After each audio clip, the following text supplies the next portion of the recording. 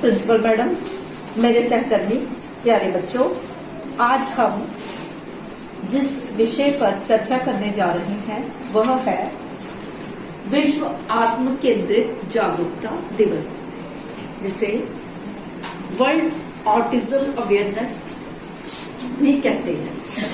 तो world autism awareness ये दिवस प्रतिवर्ष मनाया जाता है 2 अप्रैल को। इसको मनाने का उद्देश्य है कि दुनिया भर के लोगों को जागरूक करना इस बीमारी के प्रति।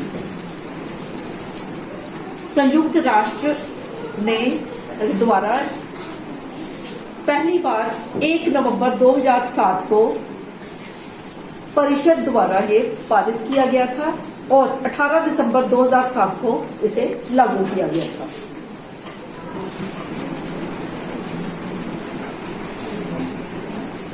अब प्रश्न ये है कि ऑटिज्म है क्या, यानी आत्म केंद्रित ये क्या समस्या है। तो इसके बारे में मैं थोड़ा सा चर्चा करूंगी, आपको बताऊंगी। ऑटिज्म एक न्यूरोलॉजिकल डिसऑर्डर है। यह किसी को भी हो सकती है, लेकिन बच्चों में यह बीमारी कम उम्र से ही देखने को मिलती है। ऑटिज्म से ग्रस्त बच्चों में 3 तरह के विकास बहुत धीमी गति से होते हैं, जिन्हें ट्रायड एक्शन इमेजिनेशन है।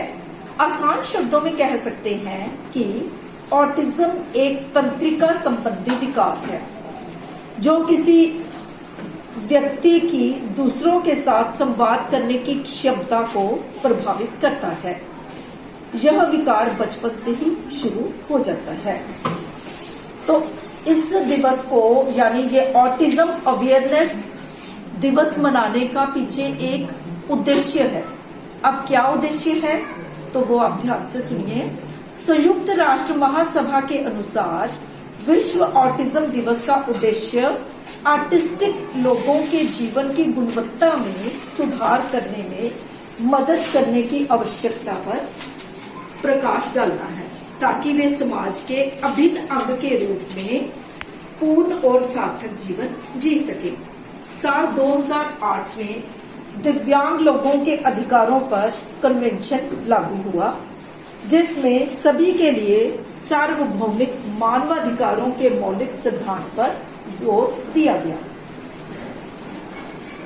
हर वर्ष ऑटिज्म दिवस पर एक विशेष जो होता है थीम रखा जाता है। ऑटिज्म का प्रतीक नीले रंग को माना जाता है।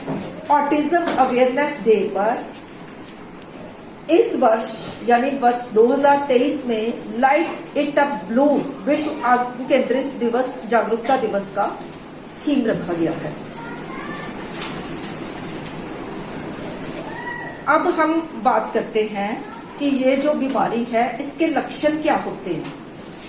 ये जो ऑटिज्म है इस बीमारी के क्या लक्षण होते हैं, इस पर थोड़ा सा प्रकाश डालेंगे। इस बीमारी के लक्षण होते हैं कि ऑटिज्म से पीड़ित बच्चे अपने आप में खोए रहते हैं। वे किसी से आंख मिलाकर बात नहीं कर पाते। उन्हें दूसरों की बातें समझने में भी परेशानी होती है। इस बीमारी से पीड़ित बच्चे अपने आप में बड़बड़ाते रहते हैं। वे रोबोट की तरह दूसरों की कही बात को दोहराते हैं। इस भयावह बीमारी से पीड़ित बच्चे किसी बात पर अपनी प्रतिक्रिया देने में वो जो होते हैं उससे कतराते हैं। ऑटिज्म से बचने के कुछ घरेलू उपाय भी हैं।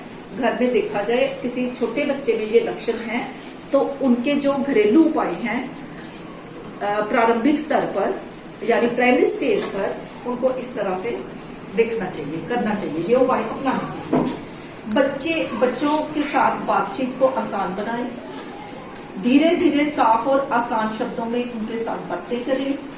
बच्चों का नाम बार बार दोहराएं। बच्चे को प्रतिक्रिया के लिए पर्याप्त समय दें। तो बीमारी के कारण क्या हैं, इस पर भी शोधकर्ताओं ने खोज की। ऑटिज्म की बीमारी के पीछे वास्तविक कारण क्या है, इसका पता अभी तक पूरी तरह से नहीं चल सका है। वैज्ञानिकों का मानना है कि जन्म के समय होने वाली ऑक्सीजन की कमी भी ऑटिज्म को जन्म दे सकती है। इसके अलावा वायरस या जीन्स भी ऑटिज्म के पीछे का कारण हो सकते हैं।